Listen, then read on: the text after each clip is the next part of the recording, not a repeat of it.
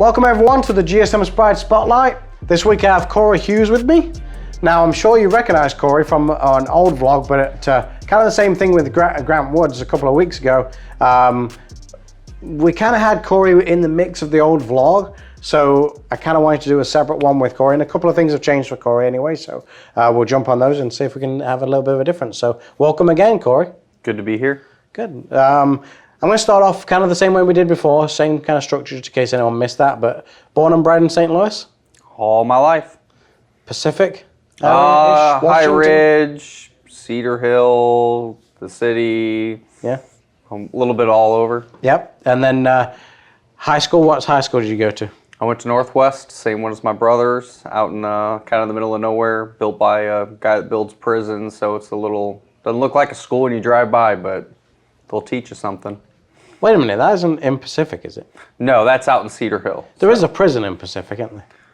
Kind of, yeah, between Pacific and Eureka. Yeah, because I've driven past that, and it's a real jam. I would guess that's a more of a like, what do they call that when it's less like violent crime, isn't it? Yeah, I mean I've never been yet, so it's not that. You're planning? I assume it's. It just looked that way because there's like basketball courts and tennis courts and stuff. Yeah, they're out walking around. There's like geese that fly in there and stuff. Yeah, so I assume that was some foreign visitors. Totally random conversation there, but college?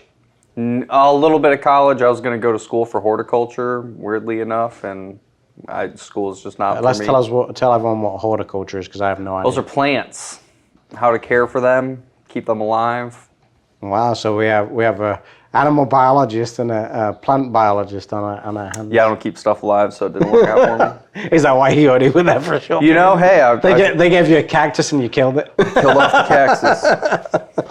But then you, so after that, did you work at all, or what did you do after? A lot of factory work. I was fresh out the military, so factory work was kind of the easiest thing. Did you do military after the period in college, or? Before. So I did about 1 month of college and determined school wasn't for me and had nothing else going for me. So let's talk about your military a little bit. So you came out of high school, then went to the military? Pretty much, just about, yeah. What division were you in the military? I was in the 173rd. We were stationed out of Vicenza, Italy. We were an airborne group, so we jumped out of planes, and we weren't allowed to really drive anywhere, so every mission was walk everywhere we were going. And where were you stationed? So we were stationed in Vicenza, and then we did 2 tours to Afghanistan. And what years were they? It was around 2008 and 2010. Did you ever get into any fights, any battles? There were some tight times that things were a little sketchy, but yeah, most of us came back. Let's talk about that a little bit.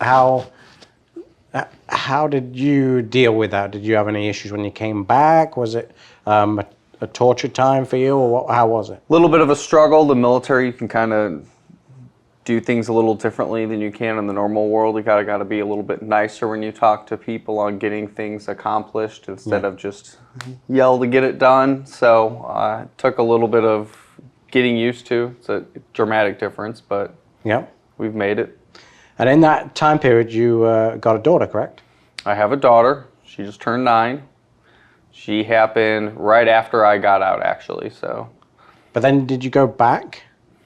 No. So her mom and I met when I came back from Afghanistan for 2 weeks. I was just visiting. They give you a little bit of vacation there during that year that you're there. Yeah. And then as soon as I got out the service, I'd say probably 3 months later, she was pregnant. So moved quick. Yeah, very quick.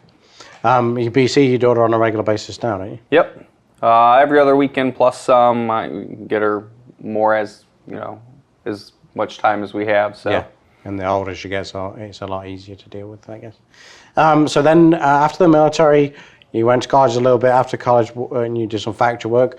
Then I assume you got in the car business after that. I got in the car business. I drove an old beater truck and liked cars, and someone said, you should go sell cars. And I knew nothing of what I was doing. So. And you went to a Ford dealership, correct? I went to a Ford dealership. I went to every dealership in Washington, Missouri, because it was close. And what was only it, 2? One of them called me back and gave me a chance. So I kicked it off, and I've enjoyed it since. And then after that, you made your way over here, correct? I did. And I interviewed you. I gave you the chance. You did. It apparently went well, I guess, so far. Well, in the beginning, actually, I remember your interview pretty well. You actually impressed me a lot because you'd done a lot of research on us. You checked out our social media to see if we're on the same lines of what we both believed in.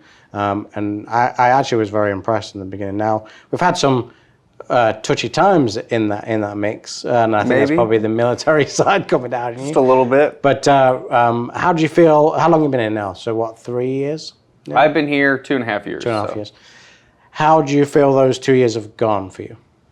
Good. I enjoy it. There's obviously some rougher times that come with it, but it's been overall enjoyable. And it's probably the closest thing camaraderie-wise to the military I've had. So feel a little bit more at home here that we can joke with each other the way we do. And not so recently, but recently enough, you got an opportunity to be a team leader, correct? I did. And how's that going? I enjoy it. I always like helping people already, so it kind of just further secures that role of helping people. I enjoy helping everybody succeed here. It's kind of fun. And your aspirations, correct me if I'm wrong, are to move up in the store, correct? Correct. And how are you going about that right now? I try to be as close to the people I'm trying to replace as possible to learn everything that they do every chance I can. Because that's what it ultimately comes down to. I got to be able to do the job if I'm going to be considered. So you're over Brian's shoulder, Steve's shoulder, that's Jason, right. Corey's shoulder. Probably more than they would like sometimes, but that's you're not going to learn unless you do it. That's right. If you were to put a timeline on when ideally you would like to move up, when would it be, do you think? Let's see. So my Bronco arrives sometime maybe at the end of next year, early 23. So it's probably right before that. So just so you can afford to pay for it? So maybe get a more expensive Bronco. I don't know. No, I mean, ideally, we'd like to hopefully within the next year or so, make my way up to some next position to where, it just further progresses my career throughout the time. Yeah. Like we've had this conversation before, that time will come. Granted, got a little bit of a lift, really more of a timing issue because he was out with his back and it was an opportunity for him to go into finance training. It's amazing breaking a You're back. next on the list. Yeah. Sets you up. Yeah, but you're next on the list to go to finance training anyway, so that'll be next on the line. Let's talk about your personal life a little bit. You recently got married? I did get married May 15th, 2021. It was a good time. Yeah. Most of the office was there, so that was a good time. Except I didn't get invited to the. The good old. And I'm not in charge. I'm not in charge of scheduling all that. Well, that's his excuse. But just so you know, I'm in Grant's wedding. Physically, I'm one of the groomsmen. I didn't even get invited to Corey's bachelor party. We won't say that's why he is being looked at for promotion first. Right? That's what Corey's been assuming is the case, but that's not at all. It's a bought position. Yeah, but well, what they say in industries, do what you got to do. That's right. Close the door. So I have to ask you on camera, why didn't I get invited? It all came down to almost nobody was setting anything up. So it just came down to last minute, like, all right, I'm just going to make sure everything's set and going because me and probably most of the people that I either hang out with or work with are as disorganized as it gets. So it just came down to, okay, nobody's decided yet. I'm going to decide. I didn't want to do anything super crazy. It didn't need to be a super party or anything like that. So I was like, all right, I'm just going to tell a bunch of people, let's go. I don't know if you know this, but it really hurt me not to be And invited. again, you're always invited. No, that's not true. I have to You be 100% were, invited. but it's all right. You can't. Let me ask you this, people at home. Would you just gate crash, or would you wait to be asked by one of you people to go? I see Zach's shaking his head because he would gate crash for Totally sure. crash. 100%. It was worth crashing. But, Zach, when you're editing this, you can put a tear. You put some smoke or something. Yeah, but I did go to his wedding, admittedly, which it was a beautiful wedding, I must admit. And actually, I'm going to give Zach this picture. let's talk about something. How in the world did Louis show up from the Blues? So, blues have always been big for the family. Lexi's brother was always a really big blues fan. Yeah. So when we first got engaged, I got with her mom. I set it all up. We've got a few connections from some people that we've met over the years. So I reached out to Louis' manager and set it up to he would help out with the proposal. So I proposed at a blues game, and so her parents saw it fitting. They reached out to them without any of us knowing whatsoever. So none of us knew any of what was going to happen. I even thought in the back of my head, I was like, maybe we should reach out to him and invite him.